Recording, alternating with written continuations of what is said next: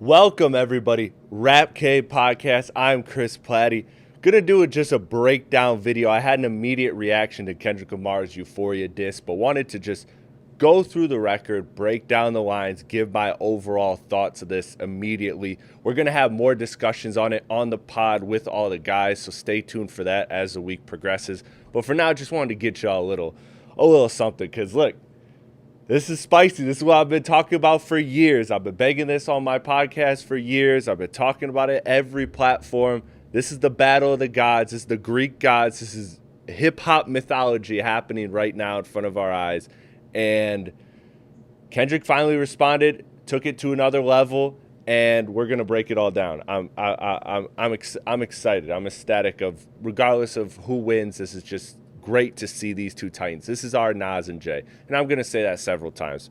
I don't know how long this video is gonna be, but I'm gonna just break it down bar for bar and then edit it and kind of see where we fall. But Kendrick Lamar drops Euphoria, the diss record. I got it here. It's produced by Cardo, Soundwave, and a couple more, which are pretty much the samples involved in it. So, Euphoria, first of all, title, cover art, breaks down the definition of Euphoria and also is an obvious and direct reference at Drake's producing the hit show Euphoria, which features the lovely Zendaya, by the way. And there is definitely that kind of undertone to it. I'm sure that is a jab at Drake already, because we know Drake has tried to get in front of the narrative that he may have a little too close a comfort with younger women, and I don't know that to be true. That's just a rumor that Drake has spoke on and others have spoke on. So at this point, it's all alleged, but I'm sure that that's part of what this title implies. Now, getting to it, because it's three parts. It starts with the reverse because, of course, every Kendrick song has to have a reverse at some point, or something weird, something artsy. You know how Kendrick does. And so it allegedly reverses back to "Everything They Say About Me Is True," which is from the audio of the 1978 film The Wiz, a remake of The Wizard of Oz. So this is, again, just directly implying, hey, everything they say about me is true. All these allegations, all these terrible things are true. So that's Kendrick's just clever way of saying that. And then says Euphoria right after. Again, mentioning the title, you know the implications of the title. Verse 1. And superpowers get neutralized. I can only watch in their silence. The famous actors we once knew is looking paranoid and now spiraling. You're moving like a degenerate. Every antic is feeling distasteful. I calculate you're not as calculated. I can even predict your angle. Fabricating stories on the family front because you heard Mr. Morale. A pathetic master manipulator. I can smell the tails on you now. You're not a rap artist. You're a scam artist with the hopes of being accepted. So right away, Kendrick starts with this soft, somber beat. He did this kind of similarly to Heart Part 4, which we'll get to in a couple lines. But he starts off, very just smooth, chill. I actually like this part of it. It's a simple melody. It's a simple, snappy little catchy beat. But he's talking about, basically, in Kendrick's eyes, he's saying, or he's posing that everything you say and done to this point, Drake, I've expected of you. And that your superpowers are getting neutralized. Like, I know exactly how to take you out, and I've just been playing this game. Now, again, in a beef, I'm going to stop right there, because both sides are always going to say stuff like that. Both sides are always going to say, oh, you don't want to go there, or I can end you, or this or that, or you're not as good as you think. Like, those type of things are kind of those preemptive kind of just, that's what you're supposed to do on a diss record. You're supposed to say things like that. But it's interesting, the fabricating stories on the family front because you heard Mr. Morale. So he's basically saying that let's see what Genius says. This is a blatant lie told by Drake about Whitney having bodyguards, with the Toronto rapper having made it up after listening to Kendrick's album, on which Kendrick addresses many issues, including the infidelity on his wife and a lot of family issues. So basically, again, yeah, I didn't think there was any. I thought there might be some deeper than that, but it's basically saying, you think you know me because of Mr. Morale, and now you're trying to spin these narratives on me. You're a pathetic master manipulator. You're not a rap artist. You're a scam artist with the hopes of being accepted. Something Kendrick does throughout this diss, and he did it with Like That, and he's doing it again here, is he plants these seeds and then later in the verse expounds upon them. This is where like the writing of Kendrick is good. This is where, people talk about why did it take 17 days? Drake only responded in 22 days. Yes, which I know people think that Drake responded faster, but if you're looking at the numbers, Kendrick responded in 17 days. So this is why you tailor make, you nuance these records. I didn't even mean to do that pun there, by the way, but you kind of just plant the seed and develop it as the writing goes on. This is something that Drake, while he's a great writer in his own sense, he is great because he lets you know exactly what he's saying up front. Kendrick, it kind of always develops, and so while people will say, "Oh, Kendrick, you're supposed to have these diss records out for 4 years," or Drake, you're supposed to have these diss records for 4 years, because I believe no side came into this unprepared. But this is why you take time, because you have to write specifically to the moment. So you can have simple disses, angles, creative ideas that you have, but until the records are dropped, you have to react accordingly. And we're going to see this more in here because Kendrick addresses Taylor Made in some of the other disses on Push-Ups. So Tommy Hilfiger stood out, but FUBU had never been in your collection. Basically saying, again, Kendrick will allude to this throughout the whole project and even get more direct, or this song, that, Kendrick comes from a different place than Drake. That Drake is, FUBU is something that's like within the culture understood as like, that's looked at as when you're growing up in the inner city, that's looked at as something that's a sign of wealth, of status, of that's like a dream and aspiration to have like FUBU clothing. And Tommy Hilfiger is just saying we have different styles, we come from different lives, we come from different cloths. So I make the music that electrify them. You make music that pacify them. I could double down on that line, but I'll spare you this time. It's random acts of kindness. No, you're a master manipulator and habitual liar too. Don't tell no lie on me, and I won't tell no truth about you. So I've seen people break this down, the electrify them, pacify them line. That could be, again, alluding to pacifying like a baby, but I think it's just as simple as, hey, saying like, your raps put people to sleep. Kendrick's kind of said things along these lines before when it comes to Drake, that, his music doesn't excite people the way Kendrick's does. It's very simple. It's very bland. Again, Kendrick's saying, Prince versus Michael, just different styles. And then, don't tell no lie about me and I won't tell no truths about you. That should, for every rap fan, sound familiar, because that's what Kendrick did on the Hard Part 4. And this is what I like about what Kendrick did with this record is, there is the narrative, and academics and others have put it out there, that Drake has always wanted the smoke. He's just waiting for Kendrick to jump. And Kendrick, this is a subtle way of him being like, hey, I'm calling back to a record where I called for you. The Hard Part 4 was a call for Drake to come to battle, and the battle didn't happen for whatever reason, but I don't think it was a Kendrick side thing. And I think that's what Kendrick is putting out there. So, again, just a creative way to kind of dispel that rumor. Then beat change, horns come in. I get excited when the horns come in because horns on a hip hop record just almost always hit, like they never fail. But yeah, I'm out the way. I'm low. Okay. Yeah, the island right here is remote. Okay. I ain't thinking about no reaper. I'm reaping what I sow. Okay. Got Benjamin and Jackson all in my house. I'm like, Joe. Okay. So that's obviously gonna be like, again, a Michael Jackson line. That's something that Kendrick's gonna continue to allude to probably throughout this verse. I mean, they both kind of have really played heavily into the Prince and Michael thing, and that's been kind of the one of the bigger overarching themes between these two beasts. Made his homeboys, then made them sell their soul. Okay, everybody want to be a demon till they get chipped by your throwaway. Kendrick saying, he can diss you with a throwaway. Oh, you thought the money, the power, the fame would go away. Have you ever played? Have you ever? Okay, let's play. Have you ever walked your enemy down like with a poker face? Have you ever paid $500,000 to look like an open case? Well, I have, and I feel that both, but I came out straight. I hate when a rapper talk about guns, then somebody dies. They turn into nuns and hop online like play for my city. He faking for likes and digital hugs. His daddy's a killer. He want to be a junior. They must have forgot the shit that they done. Dementia must run in his family, but let it get shaky. I'll park his son. So there's even just a change in the flow right there, and that was a lot. But basically, Kendrick saying, again, it's just like the FUBU line. We come from different cloths, Drake. Saying the same things differently. Kendrick does that very well, and I think that's one of the strategies that will bode very well for him in this beef, is that he is very creative at saying the same thing different ways. And I think that's what a beef is going to come down to, because there's going to be a point where all the angles have been played, and it's just about who can execute better.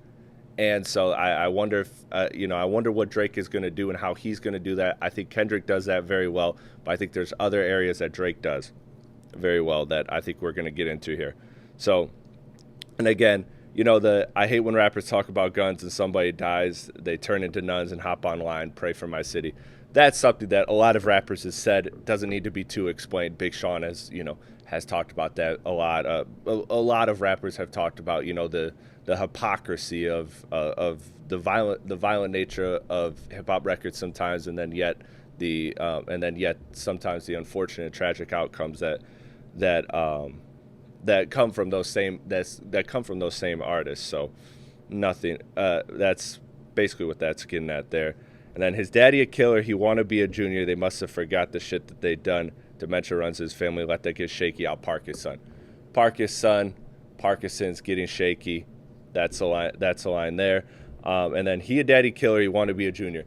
I think this is a shot at, and I think I've seen somebody else say something like, this is him trying to want to be his dad because his dad is black, his mom is white. I don't know if it's that far. It could be, considering some of the lines that Kendrick has later on in this record. But to me, it's just as simple as Jay Prince. Jay Prince has very much been referred to by Drake as a father figure for him, and obviously we know Jay Prince is very connected, has a lot of strong connections, and even was the one that made the call to end the Drake and Pusha T beef. So very well respected person and someone with a lot of power. And basically Kendrick is saying that you want to be that gangster that Jay Prince is, but you're not. You're hiding behind that image. So he said, the very first time I shot me a Drake, the homie had told me to aim it this way. I didn't point it down enough. Today I'll show you I learned from those mistakes. This was clever because the first time I'm like, shot at Drake, is that what he said? I was trying to catch this bar, trying to figure out what this was, but Drake obviously the gun, and he's saying, I didn't learn that day, but I'll show you I learned from those mistakes today. This to me is the first cap in this diss record, in that Kendrick, you said if you learn from those mistakes, you're implying that this time you're gonna go for the head, you're gonna do the kill shot, and this wasn't a kill shot. Sorry to spoil my thoughts for the whole entire record, but this was not a diss shot, or this was not a kill shot, rather, at all. It wasn't, and we'll get into why later. Somebody had told me that you got a ring on.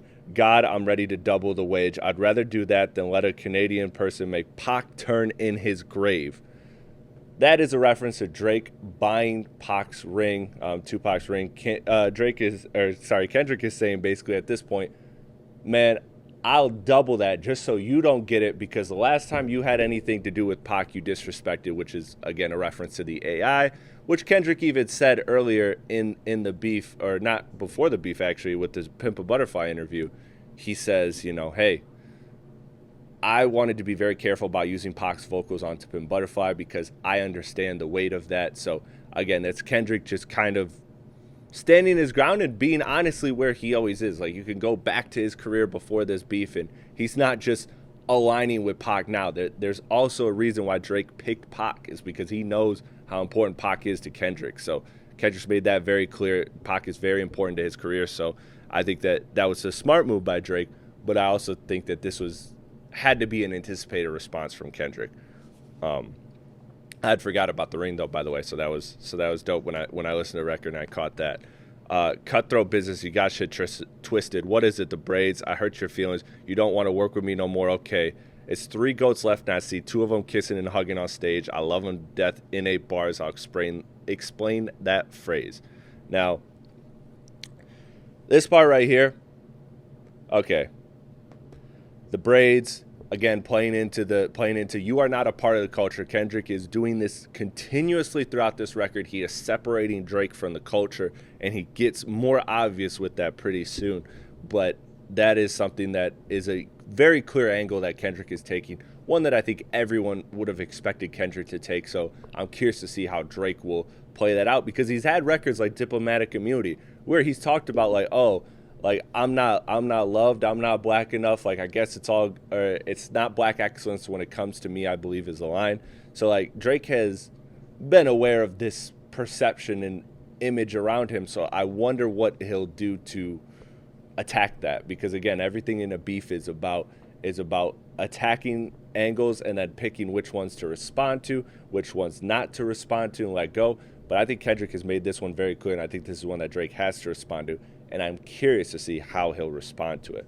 But the three GOATs left, I seen two of them kissing and hugging on stage. Very simple. That's, again, a reference back to First Person Shooter, where a lot of this beef really kicks up and why this happened this time in the first place. Shout out to Kobe, just chilling here. But it's three GOATs left. I see two of them kissing, hugging on stage. That's Drake and Cole on tour, having fun, having a blast.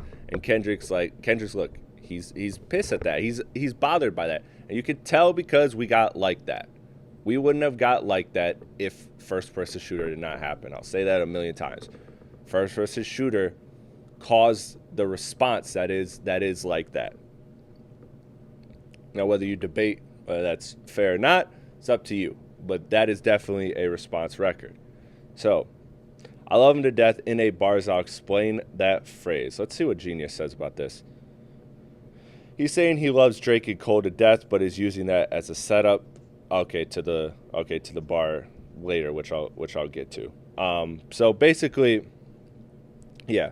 Again, he's saying he loves them to death, but I don't get that, because he makes it very clear in this record that he hates Drake. So Kendrick kind of back and forth. There's a couple lines where he says, some friendly things-ish towards Drake, but ultimately says, I hate you. So I don't know where that part's going. Again, I think this isn't a perfect diss record, and I think that there's part of that. This is part of that. It ain't nothing nobody could tell me. I don't want to talk on no celly. You know I got language barriers. It's no accent you could sell me. Yeah, Cole and Aubrey know I'm selfish. The crown is heavy. I pray they're my real friends. If not, I'm YNW Melly. Now this was one of the bars that first listen just, had you have that reaction. But language barriers, Kendrick just basically cleverly and playfully saying, hey, don't talk on the cell with me. There is an alleged rumor that, Cole called after like that and wanted to piece it up or, make sure, hey, let's make sure this doesn't go anywhere. And Kendrick, I heard two sides of that. I heard one side of like Kendrick being like, hey, nah, Cole, it's all love. We just gonna spar. And Cole was like, okay, cool. But I don't know if Cole does 7-minute drill the way he does it, if he understands that it's cool. So I need clarity on that call. But this is confirming that the call took place. But it's not really saying what the call is. I mean, Kendrick's saying he doesn't want to talk on a cell phone. So was it a brief conversation like, hey, don't even talk about it. I'm not on this type of time. I'm selfish. I want the crown. Is he saying that? Or is there some truth to Kendrick and Cole being like behind closed doors, hey, man, this is just friendly sparring? And then Cole had like kind of second doubts about it. I don't know. It just seems weird with Cole's apology that Cole would understand that it's friendly sparring and then bow out the way he did. I don't know. I don't know. I'm not a part of that conversation, but I think that's one of the biggest lines in here. And then again, YNW Melly's an artist who murdered his friends. So basically, Kendrick saying that, hey, if you guys are my friends, I'm still YNW Melly, so I'm still going to kill you. I don't like that you popping shit at Pharrell for him. I inherit the beef. Yeah, fucking all that pushing P. Let me see you push it to you. Better off spinning again on him if you think about pushing me. He's Terrence Thornton. I'm Terrence Crawford. Yeah, I'm whooping feet. So This is where an interesting angle comes in. Kendrick, has worked with Pharrell. Pharrell was on Mr. Morale. He did the title track, actually, Mr. Morale. And this is him just saying, Pharrell and Drake have kind of had this spat, and that kind of, I assume, evolves from the Pusha T side of the beef, because those two are close. So Kendrick is just kind of saying, hey, you're better off playing Pusha T than you are playing with me. Just like you already lost to him, but now you're going to lose worse to me. So that's how Kendrick is feeling. He's saying he's a worthy opponent, and he's stepping up for Pharrell, his dog. Something that he does a couple times. There's a couple Pharrell moments in this. Kendrick refers back to prior lines mentioning Pusha T, his real name Terrence Thornton, continuing to mention the fact that Drake got beat by Pusha T during his rap beef. Terrence Crawford is a professional, undisputed, and undefeated boxer. Shout out to Woodward Heavyweights. I know Easy would have caught that bar off rip. I did not catch who. I knew Terrence Thornton, so I'm like, okay, that's Pusha T's name, but I didn't know who Terrence Crawford was. I'd heard the name. And then whooping feet is like LA slang for just like, beating someone out their shoes, beating the brakes off them, that type of thing. We ain't got to get personal. This is a friendly fade. You should keep it that way. Kendrick's advising Drake once again to just be friendly. Don't go crazy. Don't jump out the wall with it. Which again is interesting, because the tone of this record at times is very bitter. It's very hateful. Like, he flat out says he hates Drake, and we'll get to that part. But like, that's the frustrating part about this record is like, he's telling Drake keep it friendly, but he's also saying at the same time, like, I hate you. Like, Kendrick, you can't have your plate needed to, or whatever this saying is, But Kendrick is doing this thing where he's like playing you don't want to go here, I'll really do this to you, but at the same time, if you hate him, just jump. What are we doing? And I think there is a strategy in that, which I'll get to at the end, but I do think it's just kind of weird for somebody that's a good writer. I thought he could find a different way to say that, or find a different angle without saying those kind of lines. But I know some shit about people that make Gunna want to look like a saint. So obviously referring to Gunna, who's somebody who's a lot of the hip-hop community is not a fan of because of the snitching allegations with Young Thug. So again, Kendrick once again kind of using these cultural references to kind of box Drake out, exclude him. Drake, the number one selling hip-hop artist ever, and Kendrick, his strategy is to box him out and say you're not really of this culture. And it's going to be interesting to see how that plays out, because you don't get to number one without a ton of people rocking with you. And, I'm just curious to see how it plays out. I have no doubts that Kendrick, by all narratives and accounts, seems to be the one that people favor in regards to Drake and the culture. But at the same time, I think that whole narrative that Drake is not of the culture, I think gets a little overdone. So I'm going to be curious to see how well that narrative is going to play out. Again, it's something that Kendrick keeps doing. This ain't about critics or about gimmicks, not about who's the greatest. It's about the love and hate. And now let me say, I'm the biggest hater. I hate the way you walk. I hate the way you talk. I hate the way you dress. I hate the way you sneak this. If I catch a fight, it's going to be direct. We hate the bitches you fuck because you confuse them with real women. And notice I say we. It's not just me. I'm what the culture feeling. So once again, Kendrick, again, directly ending with the culture part, which I just talked about. But before that, your hair, whack. Your foot stance, whack. Me, I'm tight as fuck. Like, that's what I think of. I think of that meme of that crazy dude outside the house. So that was what made me laugh. And I seen a couple tweets about that. I wish I would have got that first on the Rap Cave, but I wasn't gonna copy nobody. Once I seen somebody do it, I was like, missed it. But I'm what the culture is feeling. Again, Kendrick saying that he is speaking for the culture, which again, I think is interesting because it does seem like a lot of people in hip hop are against Drake right now. So I could see that kind of narrative playing out in Kendrick's favor, but at the same time, Kendrick also tries to later dispel the 20v1, and I think he does a good angle of it. At the same time, you're also saying that it is all of us. Like, I just, I don't know. I don't know where I stand with that part. I think it's a good angle. I just don't know if it's going to necessarily play out the way Kendrick wants it to play out. I think Kendrick wants it to be like everybody in hip hop being like, yeah, we don't mess with Drake, but then again, doesn't that just play into Drake being like, this is 20v1, which then lessens the blow of what Kendrick's saying, because hey, this is a jumping. Like Kendrick, you can't win this battle by jumping Drake. You can't. You will not. I don't think you will be respected the same way you would if you have the 1v1 with Drake. So I think Kendrick is caught in this place of trying to separate himself from everything. You got Kanye, everybody entering the beef, but at the same time, he's got people, he's got this feeling to speak on the culture. So I don't know how this angle is going to play out. I'm very curious about that part.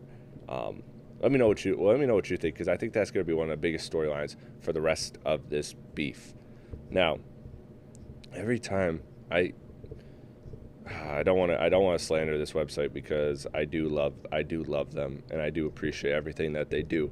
But I'll tell you what, clicking around on the lyrics is like just really, really annoying. But anyways, let me find where I was at here. Okay, yeah. So then he doubles down on this. How many more fairy tale stories about your life till we had enough? How many more black features till you finally feel that you're black enough? I like Drake with the melodies. I don't like Drake when he act tough. You make me bring back Puff and see if Chubbs really want to crash something. Yeah, my first one, like my last one, it's a classic. You don't have one. Let your core audience stomach that. Then tell them where you got your abs from. V12, it's a fast one. Bow, bow, last one. Headshot for the year. You better walk around like Daft Punk. Dope lines in there. Dope lines.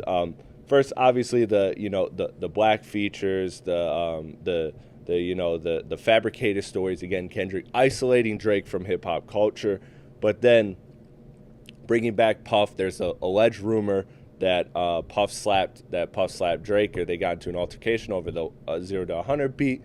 Now, I think the accurate reporting of it says that it was just verbal altercations. It never got too physical, other than some typical tussling, which I guess Drake kind of like hurt his shoulder, like strained his shoulder, like I guess like kind of somebody grabbing him, but like no punches, no slaps, nothing like that. That's the report. But truthfully, who knows? Again, this is something that you can really kind of like, if you're Kendrick, like nobody really knows what the truth is. I mean, Puff ain't gonna speak about it right now. He's got a lot of other shit to speak about. So I think if you're Kendrick, I think you could use that angle. You can gas that up. But if we're being factual here, which is what I want to be, then I don't think that is true.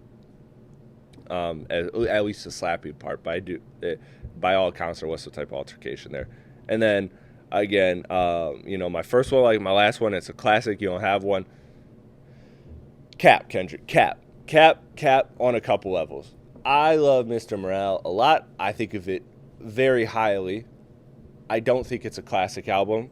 I think maybe you could stretch it to where it could be, but I don't think it will just ever get that replay value.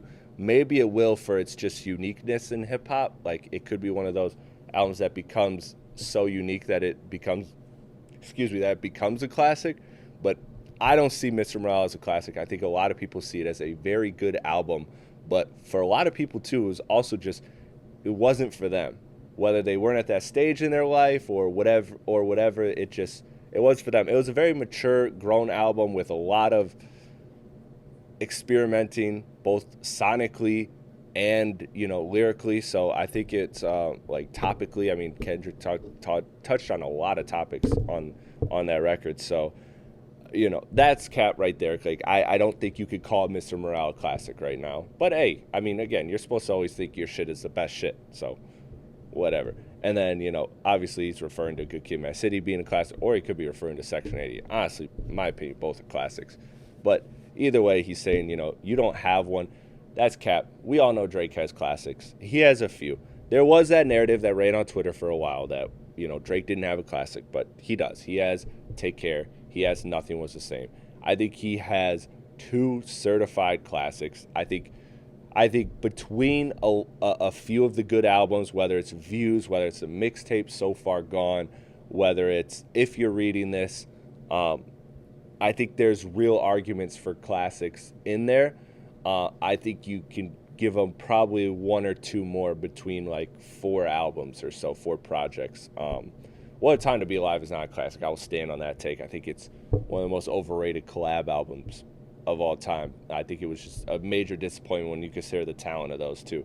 But that's just a side note. So Drake has classics. Let's stop doing that. Take Care has been on the charts for like 500 weeks or some shit like that straight. So that's definitely a classic. I mean, that literally is the definition of long term. Nothing Was the Same is even better than Take Care, clearly. And then again, if you want to throw Views in there, So Far Gone, some of Drake's other albums, If You're Reading This, I think those are ones that you could make some type of argument for. But I think if you're talking pure certified classics, I think you're saying Kendrick has 3 undisputeds, and then Drake has 2 undisputed. In my personal opinion, I think that the run of Good Kid, T-Pab, and Damn is one of the best runs in hip hop history. For just 3 album runs. I mean, Kanye's 5 album run, nobody's ever beating that. But I think that is a great album run and an all-time album run. All 3 are classics. Drake, I think he has 2 unanimous, undisputed classics in Take Care and Nothing Was the Same. And I think again from there, you'll see. So I think that Kendrick has a better discography in my opinion. But this is what Cole did, man. Cole did, he questioned Kendrick's catalog. And you saw that portion of Twitter that was like, you know what? Yeah, Kendrick doesn't have any classics. Oh yeah, To Pimp a Butterfly, the most critically acclaimed album ever, is actually not that good. So, it's taking, beef is, Rob Markman said it best, it's taking a perceived truth and shading it to where it creates conversation and it creates questions. So I think this is brilliant by Kendrick, although it's cap as hell. It's cap as hell, but it's brilliant because there was a narrative for a long time that Drake didn't have classics. And I was once on that side very long ago when I was like 16 years old, but as you grow up, you kind of realize like no, like those albums were absolutely classics. Like it did not take me long to realize that. So Drake does have classics, but I think Kendrick has a better discography, so I think this is just a way of going at that. And I do think, I don't know how you guys feel, so let me know in the comments. I do think that there's certain people that when they say certain things, it has certain weight. You get what I'm saying? Like, that was a subtle way of me saying, like, I do think that when you are Kendrick and you have one of the best catalogs in hip-hop, in my opinion, the second best catalog in hip-hop history, maybe the third. You could argue third. I wouldn't be mad at third at all. But when you have one of the greatest, it does hold a little more weight the way you talk about somebody's catalog. Because Drake, to be clear, has one of the best catalogs ever. And I've been very critical of his albums. But overall, you cannot deny the amount of insanely good music that Drake has put out. So I think that this is something that you can't necessarily overlook. But while it's cap, does it mean a little more coming from Kendrick? I don't know. You guys tell me. So, and then obviously the, let your core audience stomach that, then tell them where you got your abs from. Clear reference to the, the BBL implants or whatever's going on. I don't understand how you get fake abs. I should probably look into it, but right now, yeah, Kendrick saying that Drake has fake abs, just playing with that rumor. Verse 2, Top Dog, who the fuck they think they playing with? Extortion's my middle name. As soon as you jump off that plane, bitch, I'm allergic to lame shit. Like, you only like being famous. Yachty can't give you no swaggy. I don't give a fuck about who you hang with. I hate the way you walk. I hate the way you talk. I hate the way you dress. Surprised you want that feature request. You know that we got some shit to address.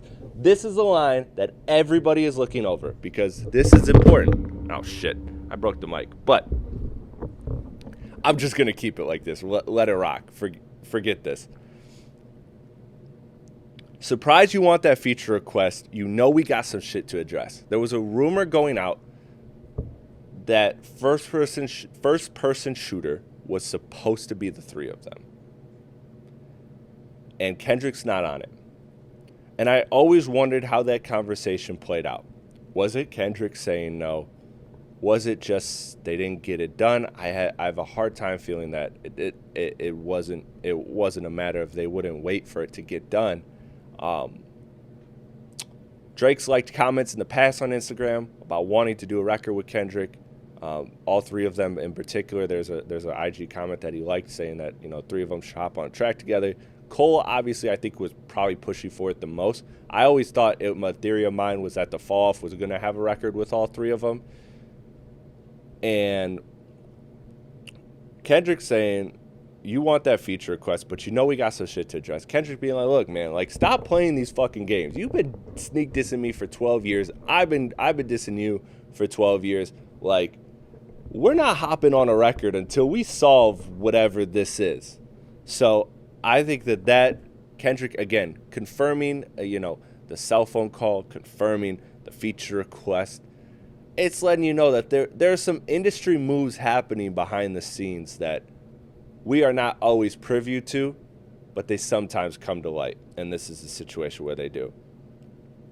And then Kendrick goes on to say, I hate the way you say the N-word, but that's just me, I guess. Again, kind of referencing, kind of what Rick Ross has been, playing that whole angle of you're white, you're not black, you're Jewish, you're Canadian, you're not part of the hip-hop culture. However he's saying it, I don't know exactly how he's saying it, but between those lines, some shit's just cringeworthy. It ain't even gotta be deep, I guess. I love this line because Kendrick is making all these metaphors that we're peeling back layer by layer, making this video long, but then you got a line that's just like, hey, bro, sometimes you're cringe, Drake. You're cringe, and you know what? I don't gotta be deep with it. I don't gotta expound on it. You just you know. And I think he's got a point. I think there are some cringy Drake moments too, but to be fair, I mean, Kendrick's never in the spotlight, so maybe if he was in the spotlight all the time, he'd have some cringy moments too. But still love when you see success. Still everything with me is blessed. Keep making me dance, waving my hand, and it won't be no threat. I know they call you the boy, but where is the man? Because I ain't seen him yet. Matter of fact, I ain't even bleed him yet. Can I bleed him? Bet. So Kendrick basically be like, hey, I'm out here just, I'm chilling with Baby Keem. I'm having a good time. Don't make me do this. Again, this is Kendrick doing the same thing Drake did in Taylor Made and push-ups. Alluding to the fact that there's more, alluding to the fact that this can go deeper and you're not going to like where this goes. Probably a pause in there. You're not going to like where this goes. But, again, I'm at the point where I get why in this round, because this is going to go multiple rounds, that neither side is jumping. And I think both sides are baiting each other to jump. I think this is a clear bait by Kendrick to take it further, which we'll get to. And I think Drake has said it, Kendrick, jump. Kendrick, take this leap. I think both sides want the other to show their whole hand. And that's smart battling by both sides. They're both being strategic because Kendrick is upping the ante without showing all of his cards. And I think Drake has to find a way to do that too.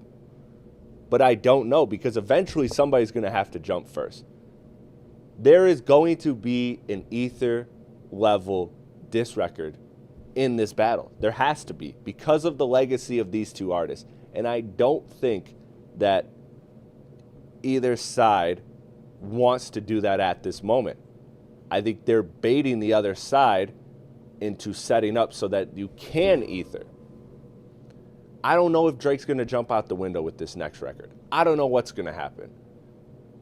I truly don't know what's going to happen. I'll make my predictions at the end, but first I just want to get through this. But I think that, again, it's the whole, it's a whole just baiting tactic. It's strategy, and this is what this beef is going to come down to. These are both talented MCs. It's going to come down to who has the better strategy and execution.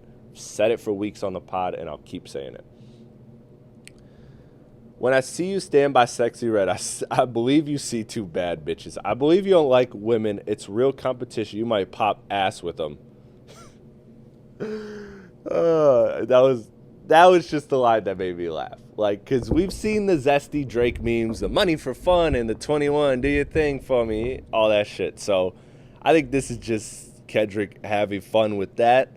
There's a picture we post on the rap page of Drake and Sexy Red doing the Rich Baby Daddy video. And Drake looks like the mom in the photo, as Sexy Red looks like the dad. So just some funny dynamics, funny shots. But let's speak on percentage.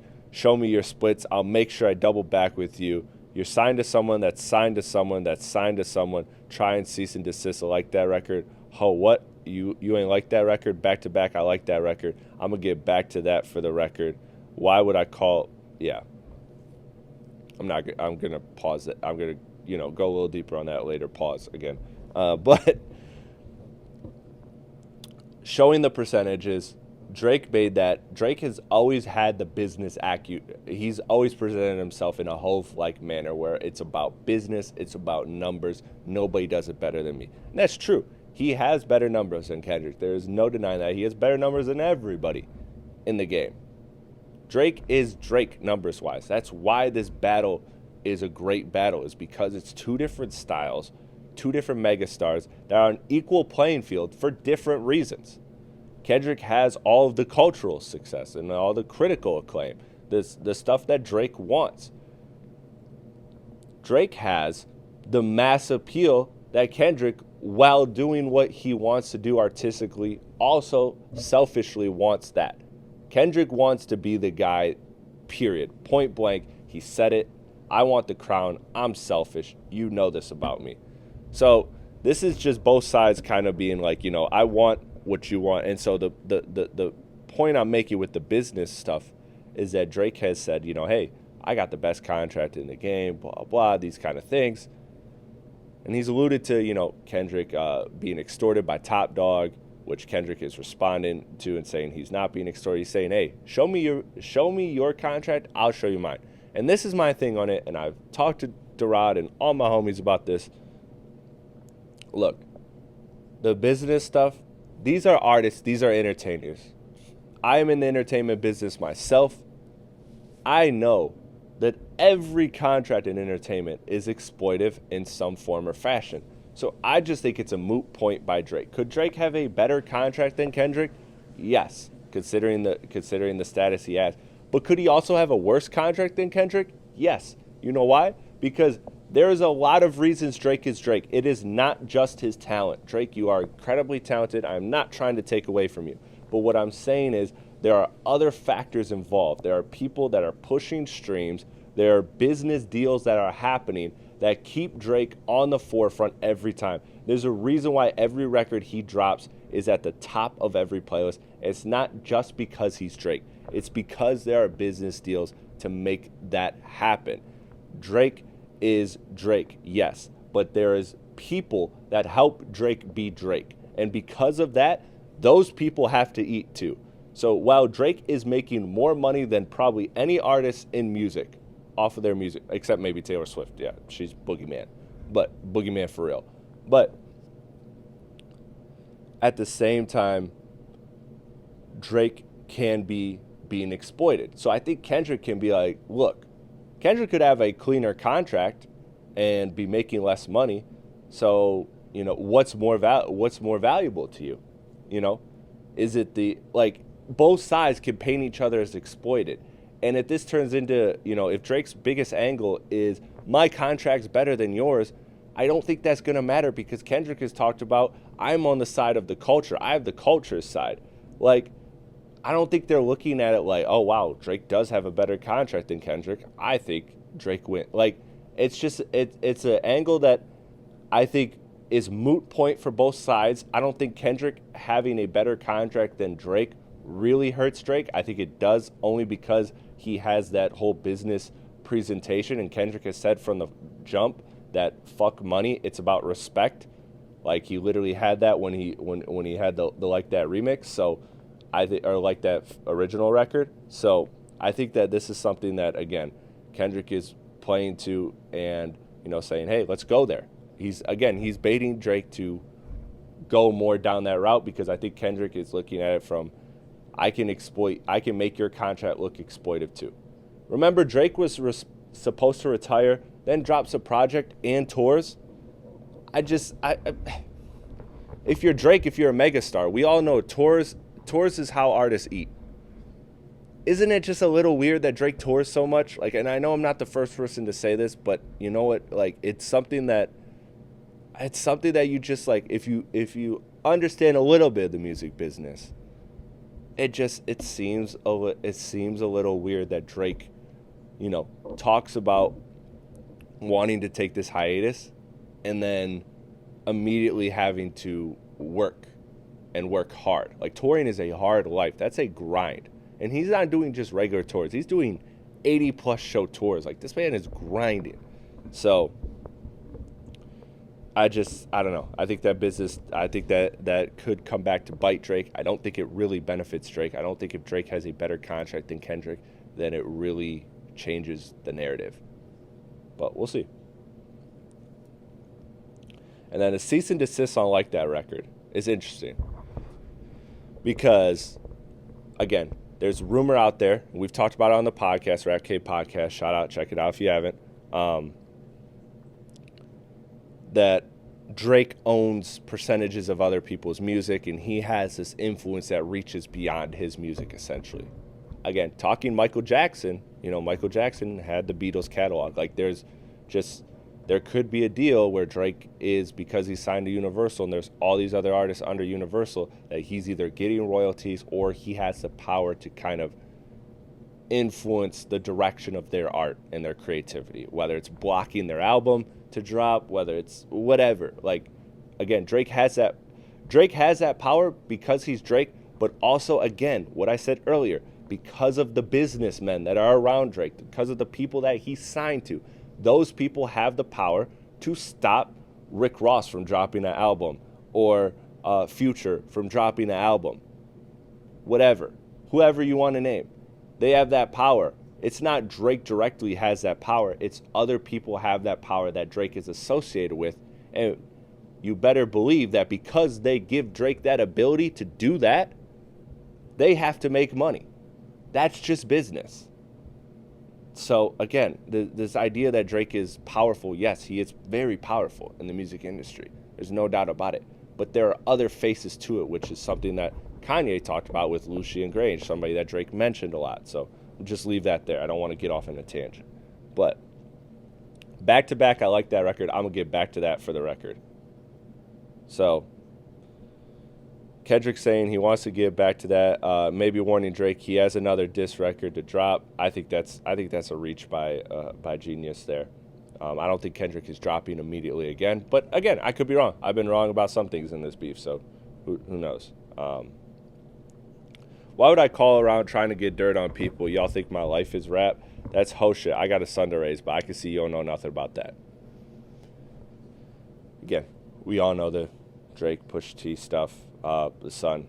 I think it's a shot that would, like, hit dads more than it hits, like, us. Like, because to us it's like, okay, the information was the reveal. Like, oh my God, you were hiding a son. Like, that stings more to somebody that doesn't have a kid than to somebody that has a kid saying you are a terrible father. So I think that, Kendrick is kind of saying, he's playing on that. And again, it's nothing new. So to me, it's Kendrick again trying to separate himself as a better human, a better person than Drake. And I just don't know how that's going to play out, because if Drake has some real dirt on Kendrick, all of these narratives can flip. And once again, Kendrick, you talking about being this better person, being on this holier ground, being the one with artistic integrity and all these things you want to paint, that you're for the culture, that you're a better person, you're a better father, all of these things. If Drake can find a way to make people question it, like Cole questioned your album, like, it doesn't even have to be anything crazy. But if that narrative cracks just a little bit, that could be very much troubling for Kendrick. So again, he says, Waking them up, know nothing about that. Tell them to pray, know nothing about that. And giving them tools to walk through life like day by day, know nothing about that.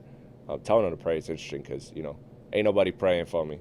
Feels one of my favorite Kendrick records ever. Teaching them morals, integrity, discipline. Listen, man, you don't know nothing about that. Yeah, just trying to just paint himself as a better person than Drake, simply put. Ain't a 20v1, it's a 1v20. If I gotta smack the people that right with you, bring them out too, I'll clean them out too. Tell Beam that he better stay right with you. Beam is a multi-talented songwriter and producer within the music industry. He has collaborated with Beyonce, is a good friend of Justin Bieber, has notable writing credits on Drake and 21's Rich Flex, major distribution from Her Loss. Also, another record, Having Our Way, which also features Drake. So, Kendrick kind of saying, this is interesting because I didn't know who Beam was until this. So, he's trying to take an angle that's already been exposed, but expose it further. Because we all know Drake's had writers. We all know the Quentin Miller stuff, all of that. So Kendrick bringing up another writer, I think that's good. I think that's a good angle for Kendrick to take, because I think if you're gonna say some of these same things, which is some people's criticism of this diss, is that Kendrick didn't say anything new. Not every diss is going to be detective journalism work. I think that's what made Pusha T's diss so great, was that it went there to a level that people hadn't seen. A lot of times, there's some dirt, there's some new information that gets presented, but for the most part, it's about who can disrespectfully, lyrically destroy the other person better. Like that's what it comes out. That's what a beef normally is.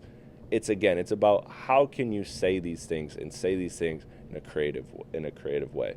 So I don't necessarily, care too much about what has been said and what hasn't been said, but this is, again, Kendrick kind of, taking another level and going deeper with it.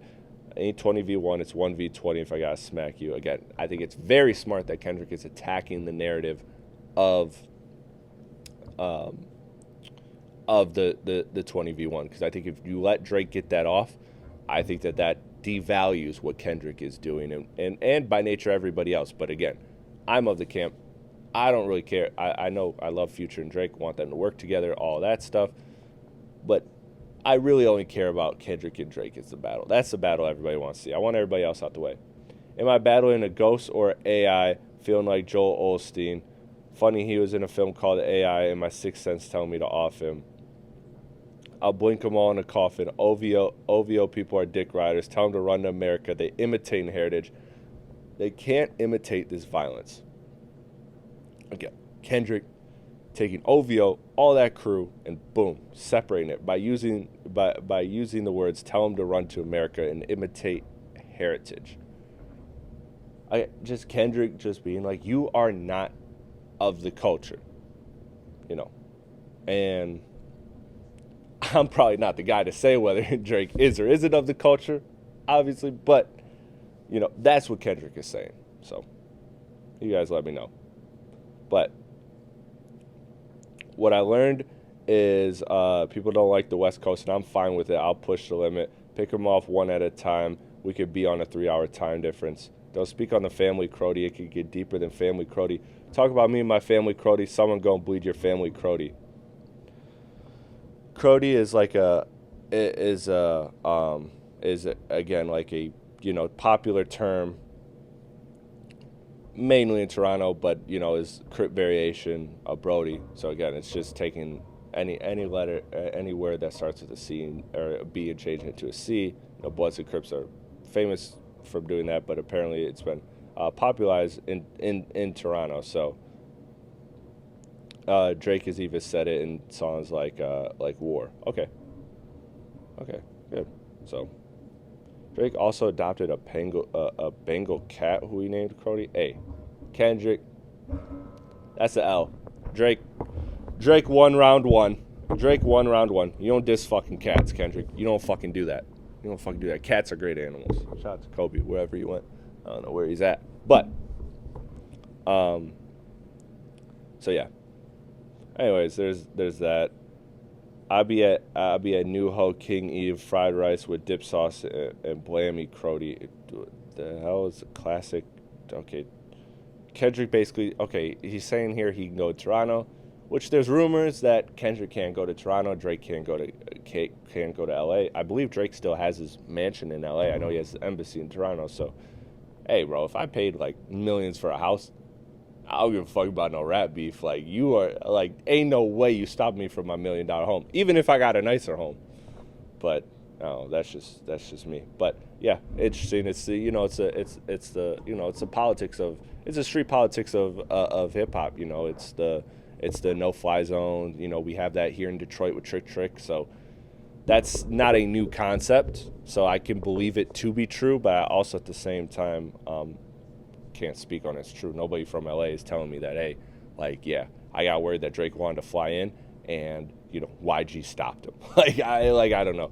Also, I wonder where YG would be at in this beef because him and Drake were always pretty cool.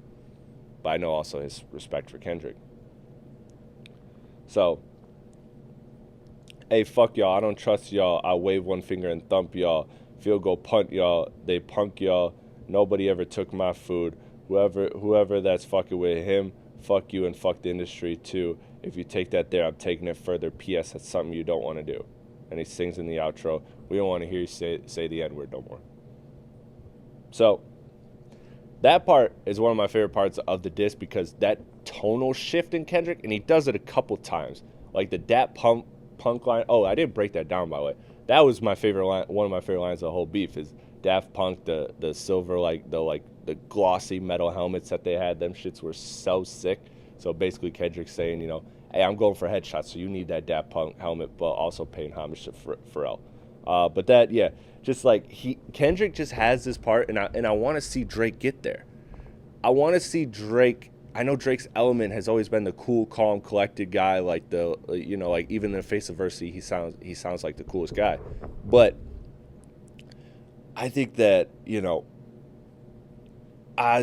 that energy that Kendrick brings, that punch in his voice. Like, this is why I laugh, like it's say in my head, like, this is why it took 2 weeks. Because there sounds so much hate when he says some of these lines in here that, like, you have to do this song multiple takes and be in a certain mental headspace to be able to execute those lines the way Kendrick did. So, like, to me, Kendrick is so good at making his voice, like, be powerful, even though he's, again, somebody that only wears size 7s. But I think that that's just a little thing that I like about this, and I want to see how Drake responds to that. Does Drake get to that side? Because I think if Drake does, it could either really work or really backfire. I don't know which one it would be. I would love to hear it. I would love to hear Drake, like, screaming, mad, angry, not just laid back and reserved. But we'll see. We'll see. So that's the diss right now. Where I'm feeling, I think Kendrick did what he needed to do. I think he took everything that Drake said, responded to it, and brought in, said some things, but he did them creatively. He played with the BBLs and all that stuff, but and Push T and You Having a Son and all these things that we kind of knew about Drake before. But he added some twist to him. He added some variation to him. And I think that's what's going to work to Kendrick's advantage. I think if I'm Drake right now, my strategy is to go in the booth. Apparently he posted something on IG. I saw it. I think I think if you're Drake, your strategy is this. Go in the booth right now. Stomp on this record. Like, put a record out right now, ASAP. Come right back with it. Have another record. And not let this one get momentum, because Kendrick makes music that gets dissected. I think that's what Kendrick does, and I think that's what he plays into. We talked about throughout this video that he plants these seeds and he lets them grow. If you are Drake, your advantage is that you write quicker than Kendrick. I think Kendrick's ability to make subtle references, but people will dig into them and, and catch them later, I think makes Kendrick, that's what makes a lot of Kendrick's music have that long-term replay value, right? Is that there's layers to it. That it's not like you listen to it one time and you get it. You listen to it several times and you're still getting new pieces. I think that's the magic of what Kendrick does.